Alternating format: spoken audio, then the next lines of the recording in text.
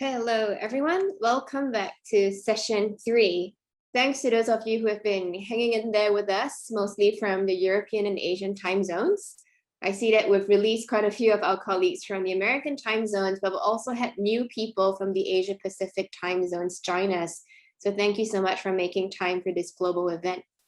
We're now going to be proceeding to session 3.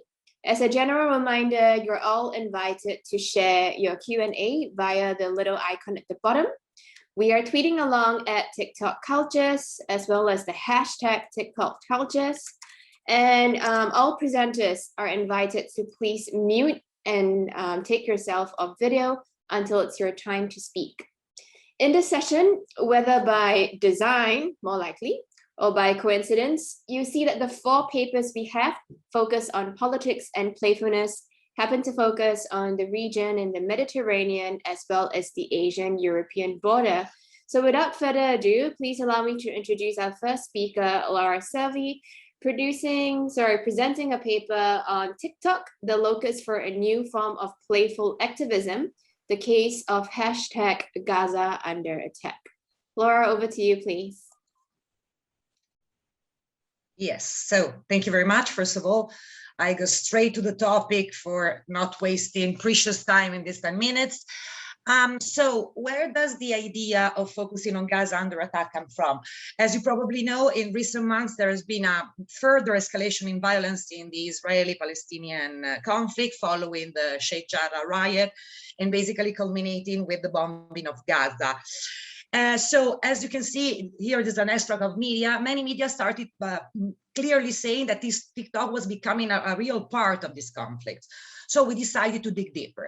So the history somehow of Palestinian and social media is not new. Actually, Palestinian have been using social media and ICTs since the internet access became more widespread in the occupied territories during the Second Intifada.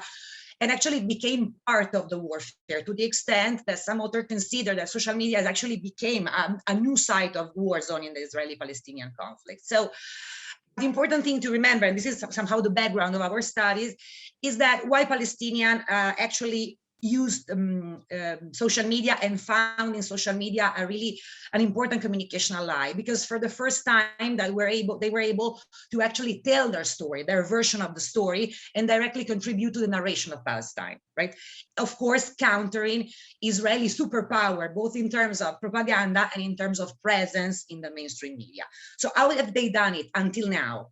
Basically through 2 tools, to say it in a way, or following 2 genres. On the one hand, massive use of citizen journalism, that is to say, people basically recording and testifying what was going on around their houses, around their neighborhood, etc., etc. And of course, with a very hardcore use of grievance narrative. There is to say, of course, if you live in Gaza, probably what you will end up showing is your neighbor house being bombed, people dying, etc., etc. So this grievance narrative, together with this reporting of what was going on, became a very powerful tool to, on the one hand, humanize Palestinian victims and refugees, again, countering this massive propaganda machine implemented by the Israeli government, and on the other side was very helpful to inspire followers and sympathizers both inside and outside Palestine. So there was this grievance narrative. So in our case, our research question was, how do Palestinian resistance adapt to TikTok that is somehow such a different social media platform? So our theoretical background is informed on one side from classical social movement studies. So we consider social media video activism as the use of video as a tactical tool to bring about social justice, and that becomes a powerful political instrument. And on the other side, we understand the video activist as someone who reports the revolution or film and denounce, but basically somebody who denounce or transfer leadership to whom has no power. On the other side, we are informed by internet and social media studies, and so we adopt an affordance-based approach. I say the idea is traditionally Palestinian activists have used this citizen journalism tool. How do they adapt their traditional narrative to something so new as TikTok with a complete different affordances, sorry. So our methods, basically we have used an inductive multimodal discourse analysis. of a sample of 500 widely viewed and shared Gaza under attack TikToks, and also use the walkthrough method. That is to say, before selecting, we have actually experienced this Gaza under attack hashtag for a long time, and before the Free Palestine hashtag, so we have been familiar with the environment, and after that, we have selected these 500 Gaza under attack videos, TikToks. So what did we discover? The most important thing is this emergence of what we call playful activism. What is this playful activism? This is a new form of activism that is basically enhanced by the performances of TikTok, that is characterized by, first of all, performativity. That is probably the most important characteristic of TikTok. That is very well characterized by a very good level of adaptation to TikTok affordances, and that create a new mimetic languages. So let me give you some example. This is what we mean by performativities. That is to say, of course, on TikTok, there are plenty of users that still simply shares a video of what's going on in their neighborhood or media excerpt showing policial brutality, etc., etc. But this new performativity emergence as a way to tell the Palestinian story from a completely different perspective. This is a very quick example. Let me show it very quickly.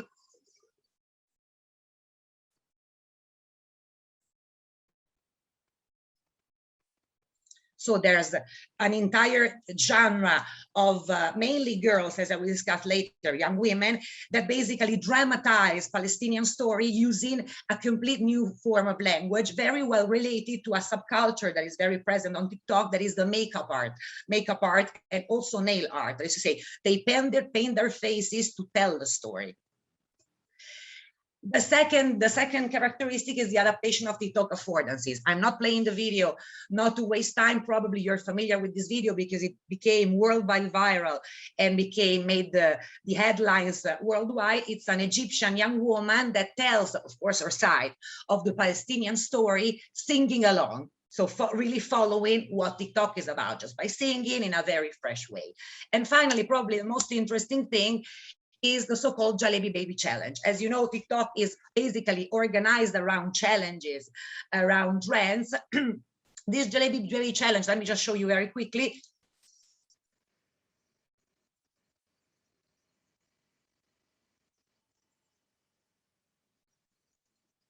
So this challenge is one of the typical challenge in which TikTok users have to choose between two concepts or two objects, and they dance along, so moving towards the direction of what they choose. So this video was created by an Israeli IDF soldier who, as you have seen, basically actually pretended to choose Palestine and of course, danced over Israel. This created a massive amount of reaction by Palestinians, to the extent that many analysts are already saying that Palestine has somehow won this challenge, in which Palestinian people started showing what they would prefer over Israel. And as you can see, you have the poop icon, toilet paper, etc., etc. But most interesting, this created a very important international solidarity network, in which people all over the places, they say, first of all, people belonging to the Ummah, that is to say, worldwide Muslim, but also people that previously had no previous attachment to the Palestinian cause, such as LGTB communities, disabled communities, etc., started showing their solidarity with Israel. I added this specific one that I find particularly interesting, and where even a kitty cat prefers Palestine over Israel. So to go very quickly towards the result, what are the main results that we found? First of all, TikTok specific affordances that are originally taught for an entertainment-only environment grant the opportunity and encourage the user to tackle hard topics, somehow softening them. That is to say, making them more digestible for a Gen Z audience. Second, TikTok provide a new set of creative and performance possibilities that allow people to express themselves, but mostly using a style that they're familiar with. You see, Gen Z are way more familiar with this style rather than hard news style. Consequently, Palestinian activists has shown a deep knowledge of the app affordances and a great capacity to adapt to TikTok cultural and discursive environment. But finally, probably the most important result is that these playful performances allow these young people to spread their political messages among a youth audience that potentially had no previous interest and probably not even audience of the Palestinian cause. So fostering, on the one side, another genre of humanization of Palestinians. That is to say, there's no need to show dead bodies anymore. You can do it in a more playful way, and building a new participatory solidarity network in which everybody can very easily show that they show their solidarity with the Palestinian cause. So that's it. I believe, oh, sorry, I just missed one thing. This is just for the discussion, and it's a very, very preliminary result. We have found out something very interesting.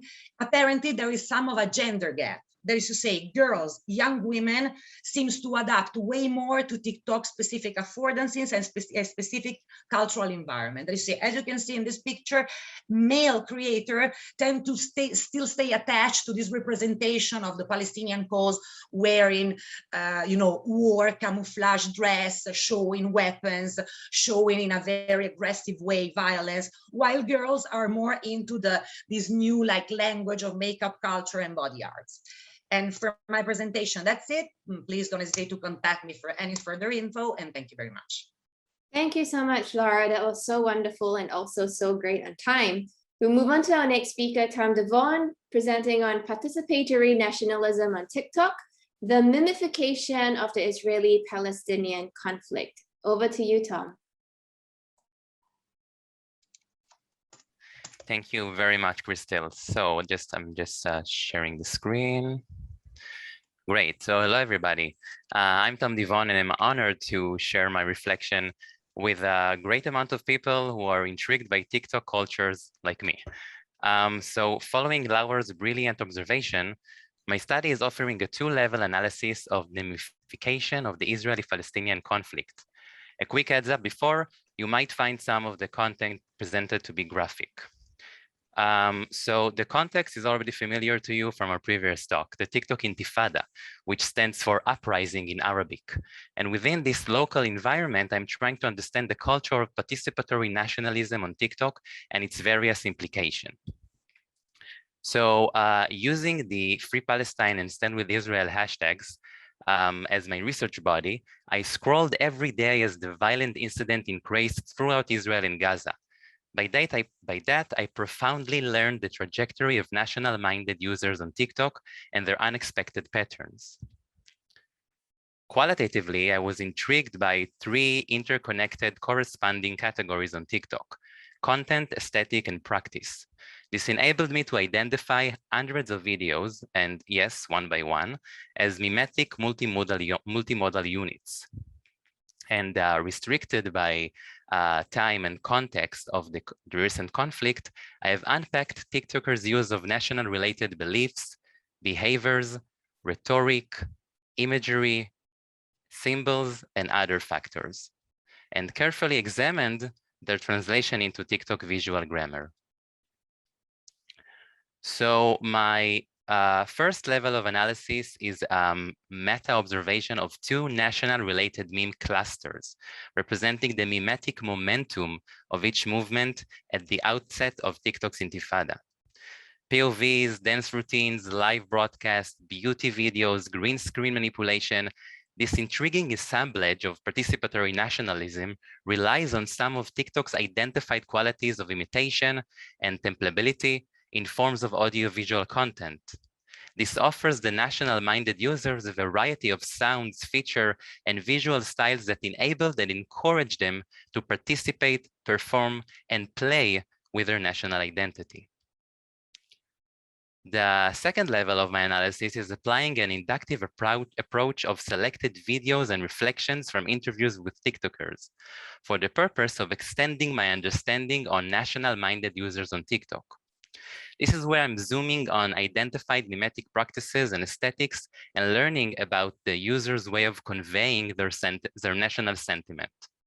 So in this example, users were utilizing TikTok's popular form of POV, point of view, while reenacting the story of Mariam Afifi, a Palestinian woman that was captured smiling as an act of resistance to her violent arrest by the Israeli authorities in a demonstration.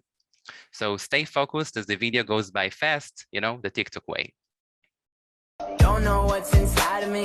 Don't forget about me. Don't forget about me. Even when... So Afifi's smiling image became viral throughout various social media platforms. However, TikTok's POV as a popular series of conceptual memes enabled this image to mutate in unexpected ways. TikTokers of the Free Palestinian movement were reenacting Afifi's moment of arrestment while pretending to be victims of violence and intertexting symbolic imagery of the resistance smile. Generally, the POV is a popular style of performance on TikTok, inviting the viewer into the heart of a fictional scene, and is usually used by TikTokers to reflect on humoristic scenarios like the boyfriend POV. However, in the burning social political landscape of TikTok, the POV aesthetic is exposing an empathic ability of Zoomers to observe and feel the suffer of others. By engaging and responding to their in-crisis reality, they utilize TikTok's imaginative and authentic affordances to rise above the platform's superficiality. They are invited by the POV to confront, reflect, and process painful personal and communal memories, cultural trauma, and social injustice. This is actually my favorite genre in TikTok, and together with my supervisor, I'm studying this practice in relation to Holocaust commemoration on TikTok. So in the context of nationalism, this version of Afifi's POV is merely one example of the highly emotional mimification that accompany the Free Palestinian visibility on the platform. A strong sense of rage is being played and replicated by TikTokers' POVs, creating a powerful way for them to recontextualize the conflict. This and other mimetic forms of resistance enables agency to Palestinian Zoomers' activism during recent escalation. So, and on the Israeli side, corresponded to well-known strategies of Israel in countering the Palestinian media narrative, a similar reflection took place on TikTok. The Stand With Israel members searched for misinformation, romanticization, and mainly to counter-meme the pre-Palestinian version of the conflict. So, for example, this popular mimetic reuse by an Israeli TikToker. Don't know what's inside of me. Don't forget. Really? This reminds me of a little something. I want to introduce you to Ahlam Tamimi, a Palestinian terrorist who exploded a Sbarro pizza place in 2001, killing 15 innocent Israelis and 8, in this picture she's informed that she killed 8 children, innocent kids, Jewish kids. And her reaction? She smiled. The people that you saw in the video who were smiling and got arrested were smiling because they were harassing, throwing rocks, and trying to stab Jews in Jerusalem. So come on, internet. We can do better than that. So aside from countering the Palestinian emotion with logics, Israeli TikTokers were demonstrating the reality under the constant fire of Hamas missile by initiating challenges like the 15-second run to shelter challenge and curating high visibility of soldiers who dance and act with national symbols like flags and uniform to speak volume on their agenda. The TikTok's flare-up has been radicalized when the movement attempted to call for an on-site participation. This enabled a much violent and mobilized manifestation of participatory nationalism. Like in this coming example, the hit and run challenge invited supporters of the pre-Palestinian movement in a terrorizing call for action to hit and run random Israelis on the street of Jerusalem. This challenge started by a widely circulated TikTok that captured a young Palestinian slapping an Orthodox Jewish on a train in Jerusalem. Surpassing 2.4 million shares overnight, this generated a mimetic flux of similar videos on the For You and caused a chain of violent incidents throughout Israel.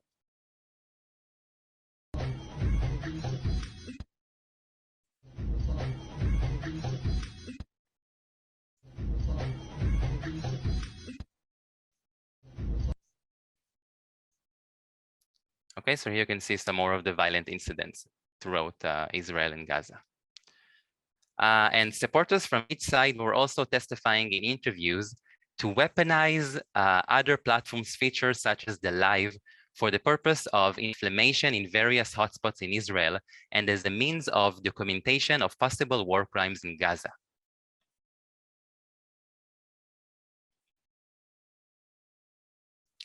So summing up this initial study of the entangled relation between memes, nationalism, identity, and TikTok, recent events proves that TikTok calls for a profound explanatory analysis of how national-driven movements flourish and coexist on participatory media.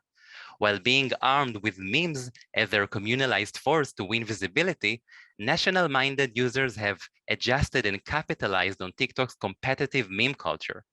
They offer new, expressive, creative, and compelling ways to render nationalism online. Some of them are toxic and calls for further inquiry. Most importantly, how TikTok enables agency to Israeli and Palestinian TikTokers to creatively reframe conservative conceptions of the conflict. This demonstrates that studying participatory media like TikTok requires not only theorizing its structures and grammars, but also examining the circulation and active remediation of memes and the ways they shape and respond to crucial public momentary discourse. So I hope I gave you some food for thoughts, and I'm very much looking forward to your thoughts and reflections. And thank you so much for having me. Thank you so much, Tom. Much appreciated. Well, moving on to our next paper by Drone Ramon Rodriguez Amat on Russian encounters in the TikTok sphere. Over to you, please, Drone.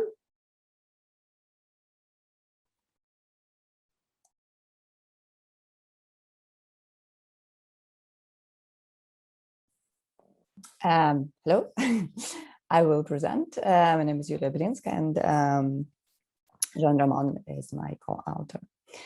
So now we're moving to Russia and to Russian encounters in the TikTok sphere. And just a little bit of brief context, because we need to understand that Russian media environment is a hostile media environment. And there were several waves of increasing control over media, starting in the early 21st century. It's not something recent, even though the very recent applications of new NGO law, so-called foreign agents law and new education law, are now very, very much in place, and they're very strong, and they're hitting the very last independent media. So, for example, here on the picture, you can see how the biggest independent media called Medusa, or jellyfish in English, is killed. There are various efforts to control the digital realm, and there are various forms of it: astroturfing or trolling, propaganda, fake news, and silencing. So from this hostile political environment, the political communication needs to overspill somewhere, and decent political communication crosses the borders of traditional media political ecosystem. So recently it comes to TikTok. Even though we have explored YouTube, we are exploring Telegram and Twitter.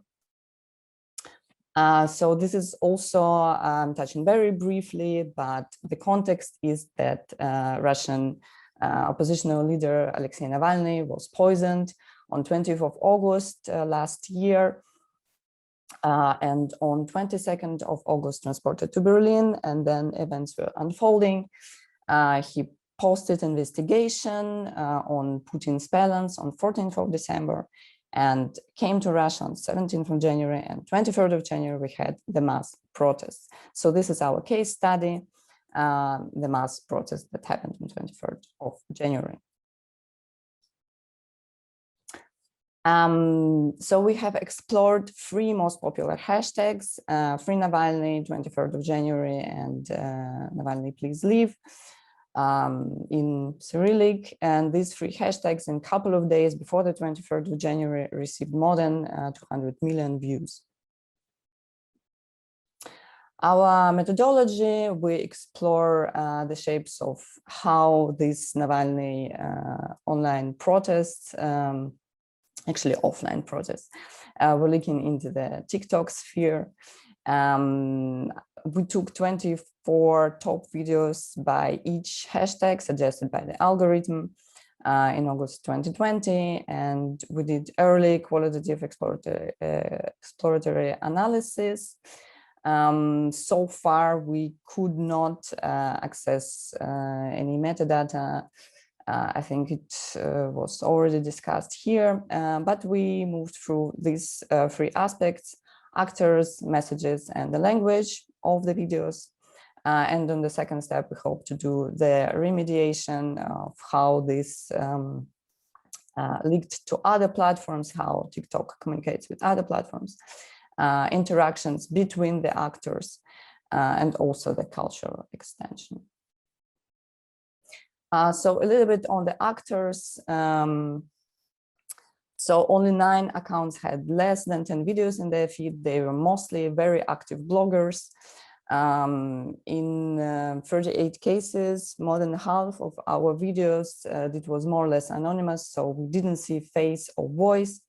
And very interestingly, it was also discussed here, the majority were young females. In only one case, we had seen face and the voice of the male person. Also, very interestingly, there were 11 fan accounts, so devoted completely, exclusively to Navalny, using his profile picture as his photo or photo with his family, as an example here on the slide.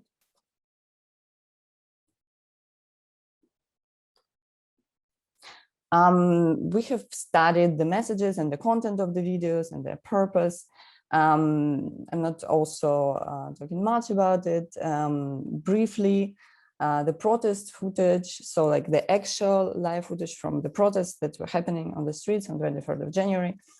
This is the third of all videos that we analyzed. Also, there were some footages from TV.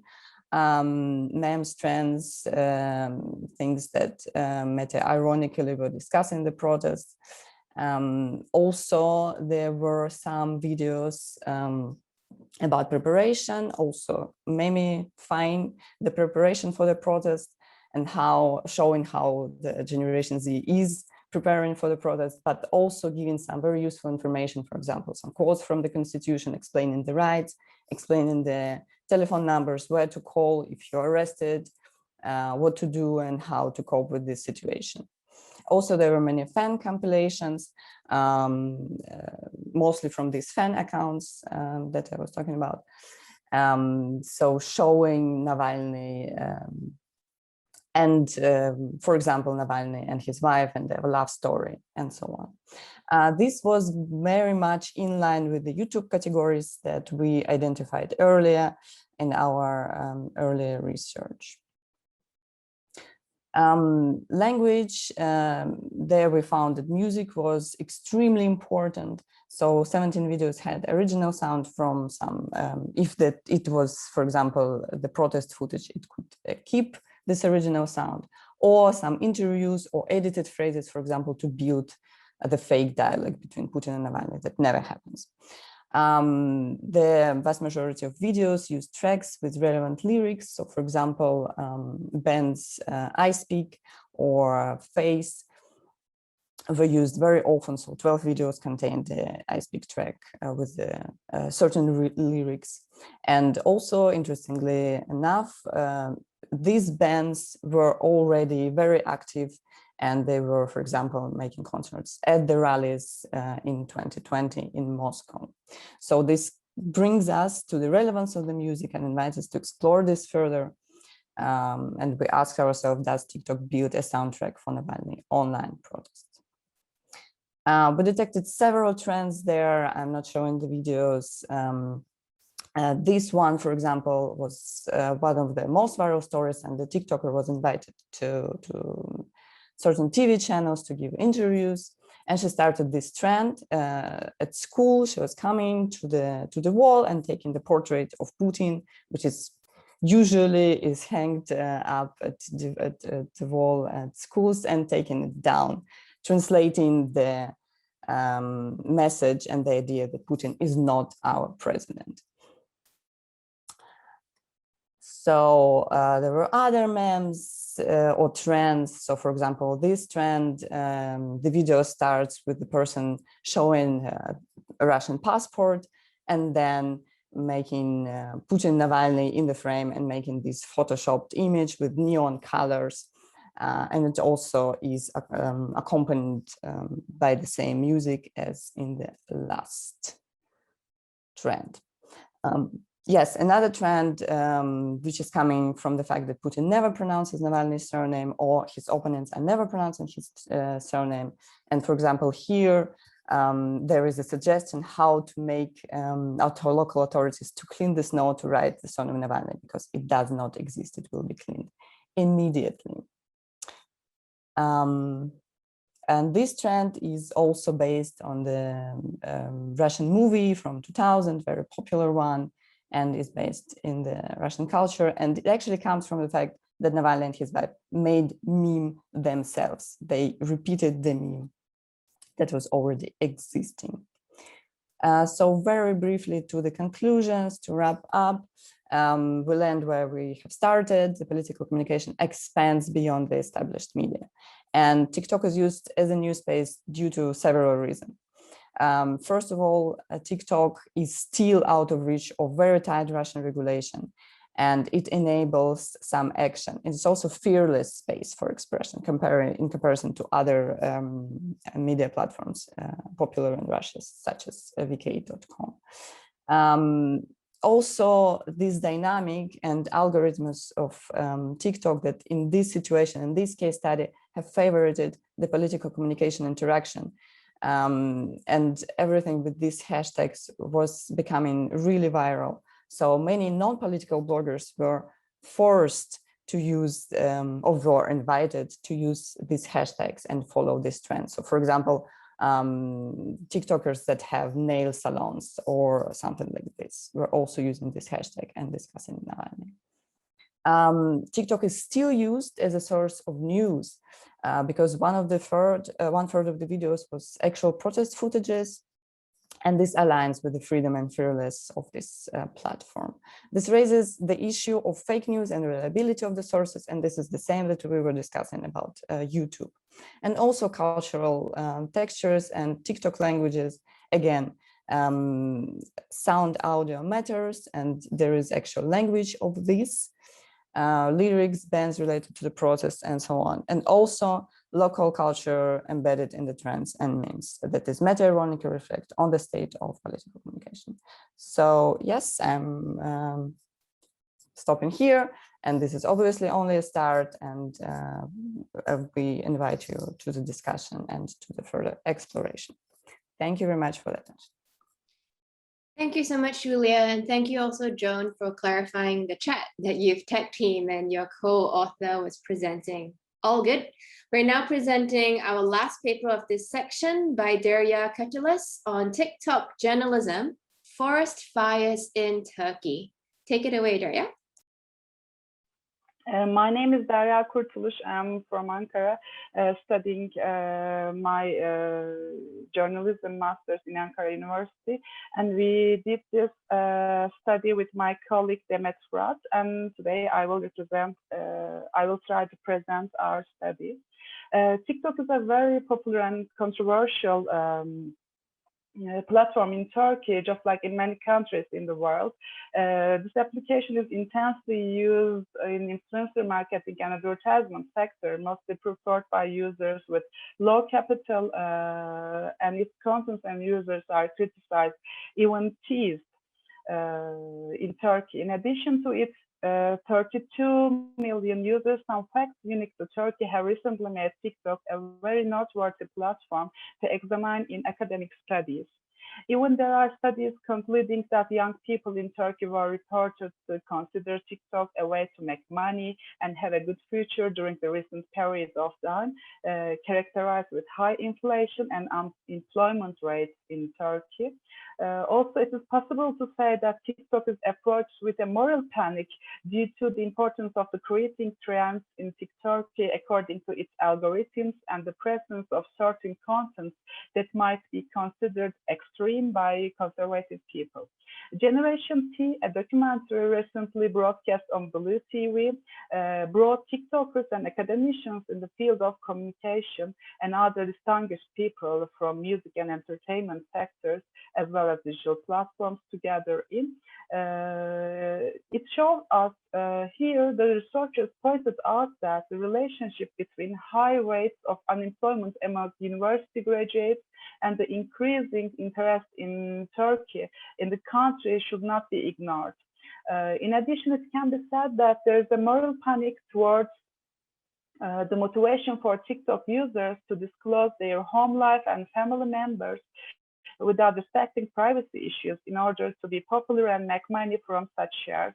There are some recent micro discussions suggesting that young internet users, especially children, are under threat in terms of their personality development since they are exposed to harmful TikTok content. However, TikTok is becoming more and more popular in Turkey despite the presence of such controversial environment.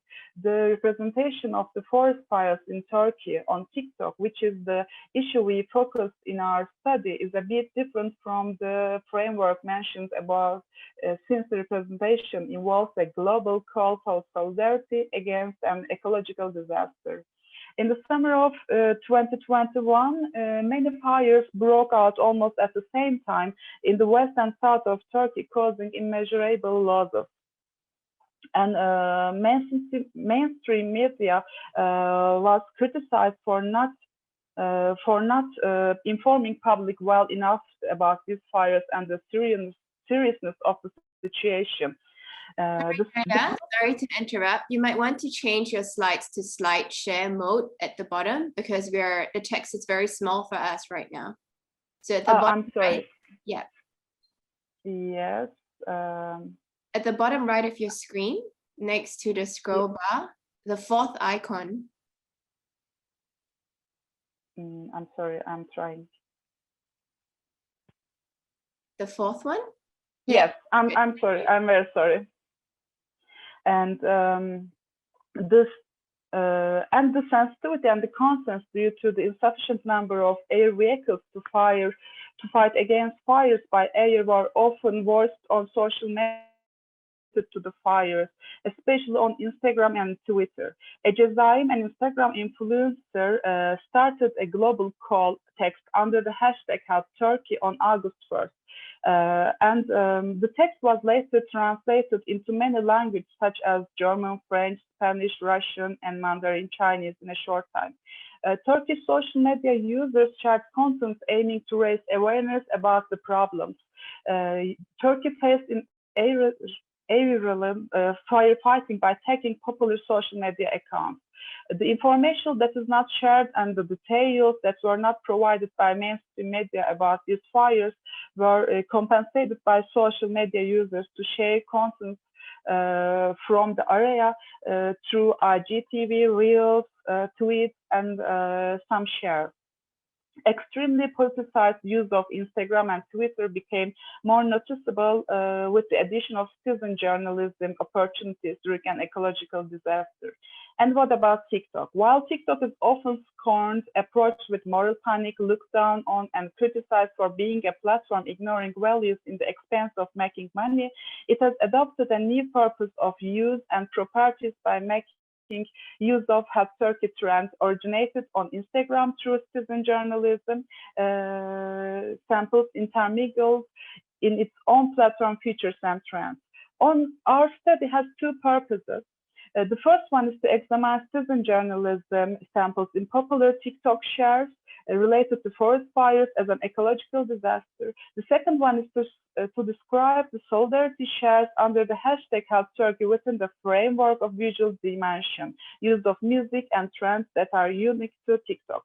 By the way, I would like to add that there were also several criticisms against the shares under the hashtag Help Turkey, and pro-government groups initiated an anti-campaign under the hashtag Strong Turkey by claiming that we do not need help and we have enough resources, and Help Turkey hashtag aims to humiliate Turkey and spread a weak Turkey image to the world. This is the share of Ejazaim that I told you about, the first share in Instagram. And under Help Turkey hashtag, there were more than 68 million things. And this is our findings. I'm sorry.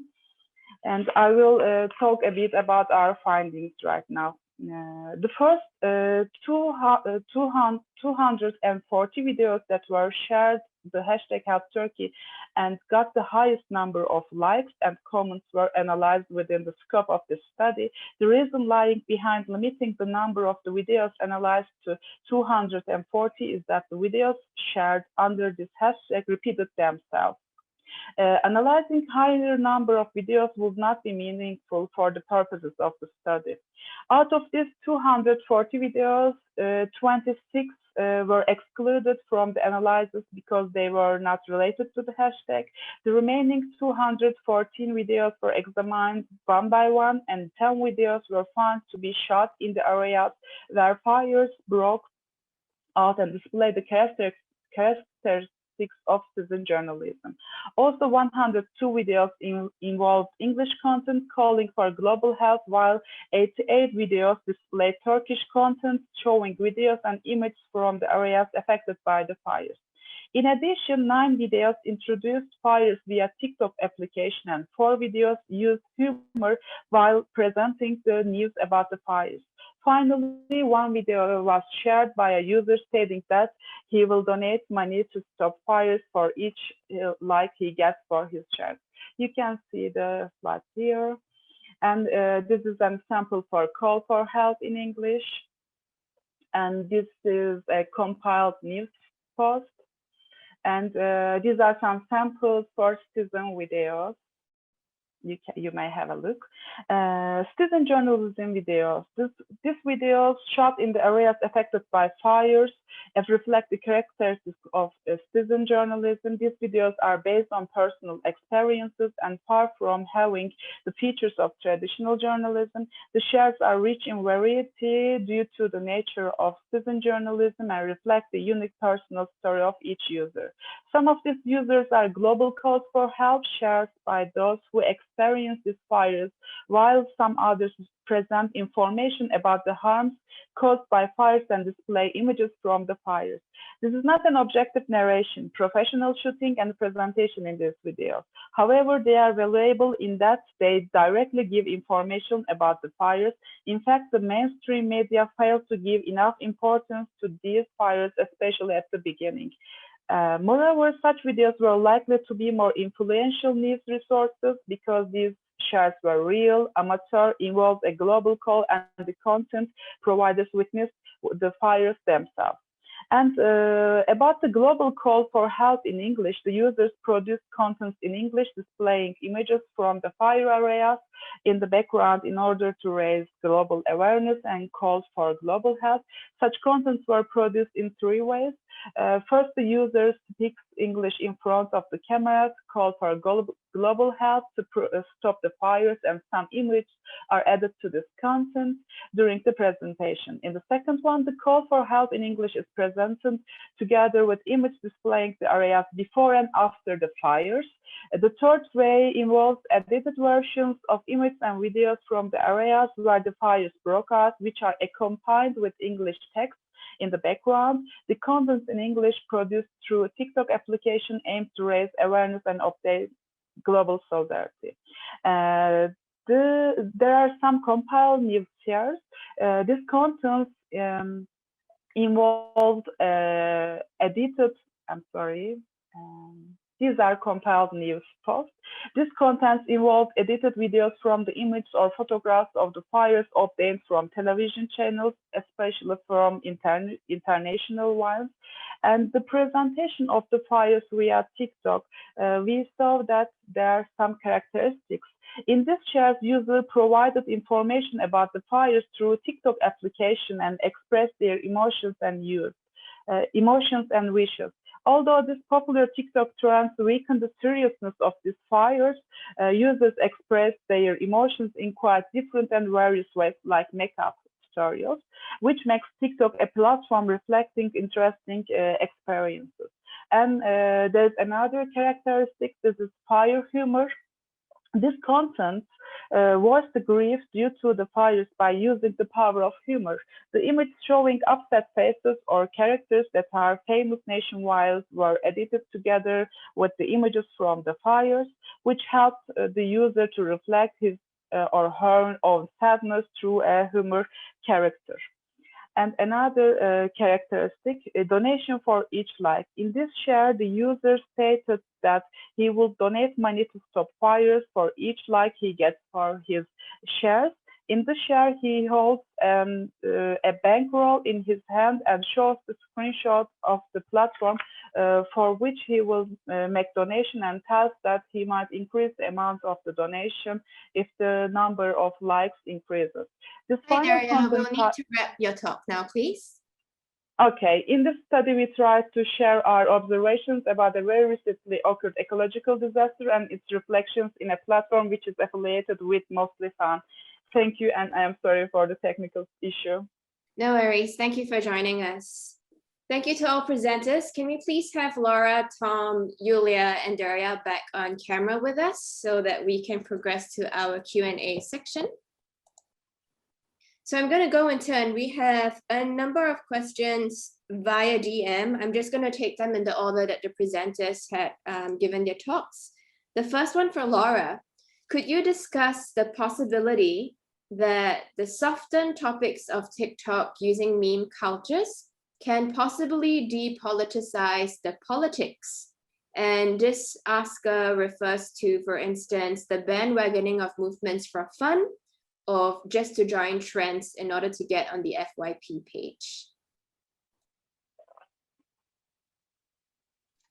Very good. Thank you very much. I think it's a great answer. Well, yes, of course. As you say, what we find out, of course, this is just the first part of the research. We need to dig deeper, but definitely when it comes to, specifically what I personally encountered in the meme about the makeup arts, and actually I just presented the most obvious one, but there's an entire genre of nail arts.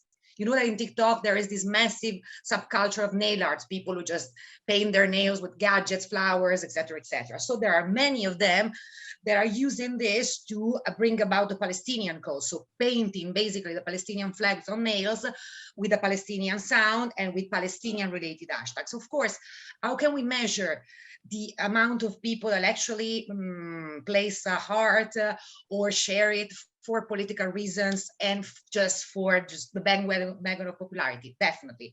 This is a challenge that needs to be addressed. Nonetheless, I believe, and I think that Tom should actually give the other side of the answer. I believe that what I discovered and somehow what Tom discovered is exactly this just two-sided phases of TikToks. That is to say, my assessing of what I found out is that independently of the fact that is bandwagon or not, it's definitely a new form of participation. That is to say, there is no need to be a citizen journalist, to show dead bodies, to enroll in this suffering, to show off your Palestinian identity, to just make sure that people know that you're showing solidarity with people suffering. You just need, it's costless, and it brings about another form of participation that is very, I insist on that, very gender styled. They say it's a very feminine way. It's like no more war, no more aggressivity. Let's use, a song, etc., etc. So definitely we need to dig deeper into which extent bandwagon is there or not. Nonetheless, I still believe that it's an interesting step forward in another form of activism, more inclusive. Thanks, Laura. Our next question is for Tom. So you might want to take up Laura's provocation slightly later to respond to this attendee. This attendee notes, it is interesting to see that there is more violent content flourishing on the movement on TikTok. Do you think that this is related to the virality-centered function of TikTok? Yeah, so thank you very much for this question. Actually, I do think that looking at how TikTok algorithm promotes and how it feeds from controversy, so it might explain how those violent incidents were spreading throughout the For You page. And I, in a way, so I see how the algorithm promotes those violent incidents, and all of a sudden, when I just encountered to those violent incidents on my TikTok account, so all of a sudden I started to see those violence videos scrolling around, and I realized that this is something that's being promoted and not moderated by the algorithm. So So to an extent, the algorithm do, in a way, again, it's kind of like an enigma. We don't really know those kind of like, those secrets of the algorithm regarding to TikTok. But I do think that the moderation system, which is still in the progress of making it much more responsible and much more attentive to violent content that is being circulated. So it's still in a progress. It's still kind of like shaping its infrastructure in regarding to moderation, and we can see it also in other hate speech formats like anti-Semitism and Holocaust denial. And TikTok is kind of like doing much progressive work in this field. But I also think that in a way I want to mention a positive aspect to that when speaking about TikTokers who are trying to negotiate their nationalism, their national identity on TikTok, in a way, the infrastructure, the For You, because it's not striving or kind of like taking your personal connections into account when showing you videos, because it's downplaying the interpersonal connections. So in a way, it can kind of like break those echo chambers, and it can also kind of like change the way you are observing only hate speech from your side, so or kind of like only national content that relates to your national on TikTok. So you can be exposed to a variety of people on TikTok on the For You. So it can extend this idea of how do I see the other. So this is very unique to TikTok because the algorithm, of course, doesn't show you similar content because you're a friend with someone. Okay, so this is also another aspect. Yes. We will move on to our next question for Yulia. Speaking also of moderation, this question from a person via DM is there any regulation or monitoring on TikTok?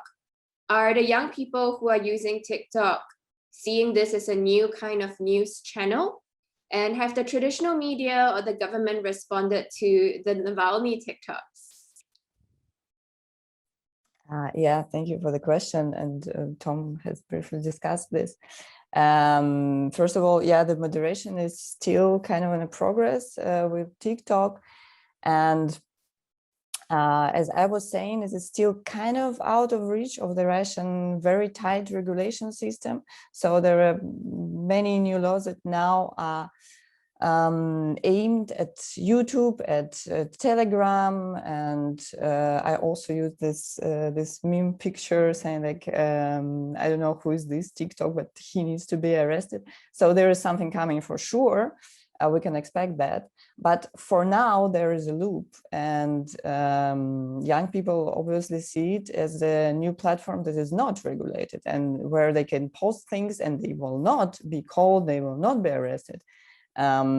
Such it is happening on vk.com, where people have erased all their accounts, everything they have posted about politics, and do not, they self-censor themselves and do not post anything there anymore. So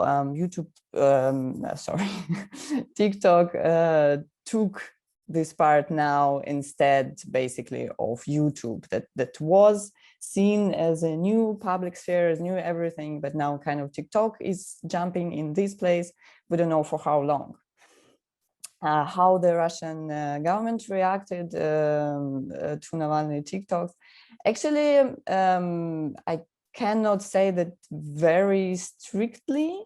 So because there is this message that there is this discourse that is pushed by the government that these protests are not serious. This process of school children. That TikTok came with the trends and with the memes and with the dancing and with the music, it actually supports this discourse that the protest is not something very serious and only kids are coming to the streets. So, and on the other hand, the government is trying to fight this, yeah, and to secure children from dangerous information. So there is these two different things fighting, and there is, as I said, I'm really expecting that new regulation aimed directly at TikTok will be coming. Thank you so much, Julia. Final question for Derya, and we'd appreciate it if we could keep this a bit short to go for break. Earlier on in your presentation, you made the observation that a lot of the activist content or citizen journalism from the forest fires first started on Instagram before moving on to TikTok. So in your observation of this transition between platforms, did anything change, or were the presentations on TikTok just Instagram but video style? Yeah, I think the shares mostly in TikTok were found fun from the audience and from the people who saw them.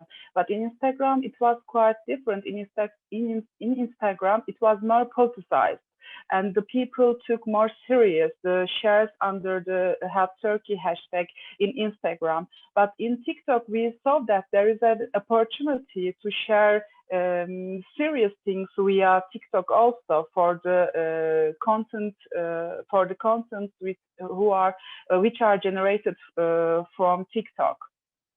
We saw it as an opportunity field for TikTok in Turkey. It's quite new for the phenomenological sphere of the TikTok in Turkey. And it's a very recently observed issue. The fires were just in the beginning of August, and we are in the end of September. So maybe some new works and some new studies can analyze better and largely. Thank you so much, Derya. Thank all of the four presenters here with us as well. We're going to move on to break now, and we'll see you back here in 3 minutes for our final session. Thank you, everyone.